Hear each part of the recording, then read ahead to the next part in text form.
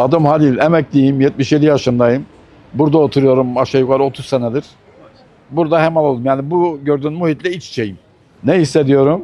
Allahu Teala'nın Kur'an'da beyan ettiği mübarek bir ayın geldiğini hissediyorum. Şöyle ki Estağfirullah, Bismillahirrahmanirrahim. Şehru Ramazan ellezî unzile fîhil Kur'an huden linnâsi beyinâtin minel huda vel furgan. Allahu Teala Celle Celaluhu semavattan yere Kur'an'ı indirmesi, Kadir Gecesi'nin bu ayda olması, Ramazan-ı Şerif'in Allah'ın ayı olmasını, oruçla kul arasıyla kendi arasında sevabı sadece Allah'ın vereceği bir ay, mübarek bir ay, mukaddes bir ay. Allah ümmeti Muhammed'i bu ayın fevziyle, bereketliyle bereketlendirsin. Allah dahili ve harici düşmanlarımızı bu Ramazan hürmetine def-i bela eylesin. Ne hissediyorum? İşte Ramazan'ın hikmeti bu. Bak diğer günler bu kadar kalabalık olmuyor. Caminin bereketi, yani nasıl bir bereket diye soruyorsan camiye baktığımız zaman caminin bereketi, yani Ramazan'ın bereketi ortaya çıkıyor haliyle. İklimi diye. İklimi, bu Müslümanların iklimi, Müslümanları kendine getiren bir ay. O bakımdan Ramazan-ı Şerif gerçekten muazzam bir ay. Şehrül Hurum, haram ayları, Recep, Şaban, Ramazan. Ondan sonra Zilhicce, Zilkade, Kurban Bayramı geliyor. Arkasından yani güzel günler peş peşe geliyor. Onun için bu ay sevilmez de ne yapılır? Ben Mehmet Ali Alev. Vallahi çok mutluyuz abi. Gerçekten anlatılamaz ya. Yani içimdeki şey, yani dişime vuramıyorum. Çok mutluyum. Allah'a hamdolsun ki bize bu günleri gösterdi. Ölümlerimize rahmet etsin. Vatanımıza, milletimize Yüce Rabbim bu mübarek Ramazan ayında ümmeti Muhammed'e hayırlara vesile olmasını nasip eylesin inşallah. Allah sizden razı olsun abi. Muhteşem. Harikaydı abi. Tek kelimeyle muhteşem. Allah ümmeti Müslüman'dan, müminden razı olsun. Burayı cami dolduran bütün arkadaşlarımızdan, mümin kardeşlerimizden Allah razı olsun. Böyle bir atmosfer mükemmeldi yani tek kelimeyle. Başka bir şey demiyorum. İsmim Ahmet Göktaş.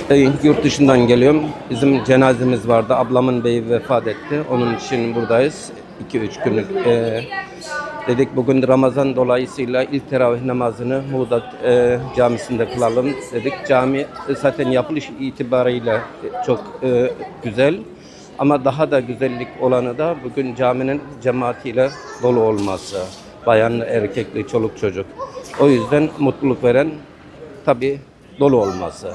Zaten dolu olduğu zaman cami atmosferi her zaman güzelleşir. Hislerimiz yükseliyor tabii. Yani son zamanlarda, yani ben önceden son zamanlarda daha ibadetime düşkün olduğum için içimde hisler tabii büyük oluyor. Halil Kütük ismim. Çok mutluyuz. Mutlu olduk. Kalabalık. Ramazan'ın gelişi. Yoğundu. Bir heyecan vardı yani içimizde. Ramazan'ın gelişi. Ramazan demek ibadet. Huzur. İman. Cemile bulduk ben. Çok duygulanıyorum, çok sevinçliyim, mutluyum. İnsanlar, camiler dolu dolu, insanlar dolu dolu, çocuklar hepsi ne bileyim çok yani hoş ve güzel.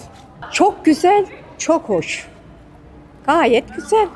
Hoşuma gitti yani. Bu sene daha çok kalabalık. Daha güzel, evet. Nasıl diyeyim ki? Duygulanıyor insan yani. Vallahi abi çok rahat, huzurlu. En sevdiğim yer cami yani. Atmosferi bile çok güzel. Hani kötü diye bir şey olmaz. Mutluluk geliyor, huzurluluk geliyor abi. Adım Ömer Kaya.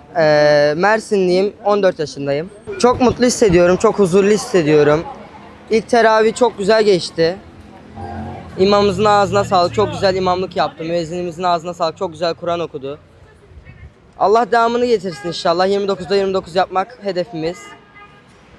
İnşallah Allah izin verirse tüm teravihlerimizi ve tüm oruçlarımızı eksiksiz bir şekilde tamamlayacağız ve Ramazanımızı bitireceğiz. Allah izin verirse. Adım Mustafa, soy ismim Torun abi. Abi mutluyuz Ramazan geldiği için. Yani teraviye geldik. Orucumuzu tuttuk abi. Öyle. Mutluyuz yani, sevinçliyiz. Dop doluydu abi. Çocuklar vardı, büyükler vardı, erkekler vardı, kadınlar vardı. Dolu dolu teravihimizi kıldık. Kadir Gecesi geliyor abi. Yani Ramazan ayında Kur'an indirildiği için önemli bir ay tüm Müslümanlara göre. Yani seviyoruz, orucumuzu tutuyoruz. Her şeyimizi yapıyoruz, teravihimizi kılıyoruz. Mutluyuz. Benim adım Adem, soyadım Alasad. Filistinliyim, 14 yaşındayım. Çok mutlu hissediyorum. Heyecan var. Hocamızın ağzına sağlık. Çok güzel Kur'an'ı okudu, teravihimizi kıldık. Dop dolu bir teravih namazıydı. Çok sallar vardı. İnşallah hepimiz orucumuzu tutarız. Benim adım Çınar abi, soyadım Özsayar. Nereden baksan 2 aydır yani bu günü bekliyorduk biz arkadaşlarımızla birlikte. Her gün teravihe geleceğiz zaten, orucumuzu tutacağız, namazımızı kılacağız. 2 aydır yani biz bekliyoruz bu günü. Abi fakirlerin, fukaraların neler yaşadığını biz anlayabiliyoruz. Ramazan deyince aklıma gelen ilk şey bu. Abi cami yani şimdi biz gittiğimizde yani ya küçük çocuklar vardı. Onlar da elhamdülillah Müslüman ama yani abi çok ses çıkartıyorlardı, namazlarını kılmadılar. Ama yani biz böyle grupça namazımızı düzgünce kıldık. Ön saftaki zaten abilerimiz, büyüklerimiz de çok iyi namazını kıldılar. 10 rekat da kılıp biz çıktık.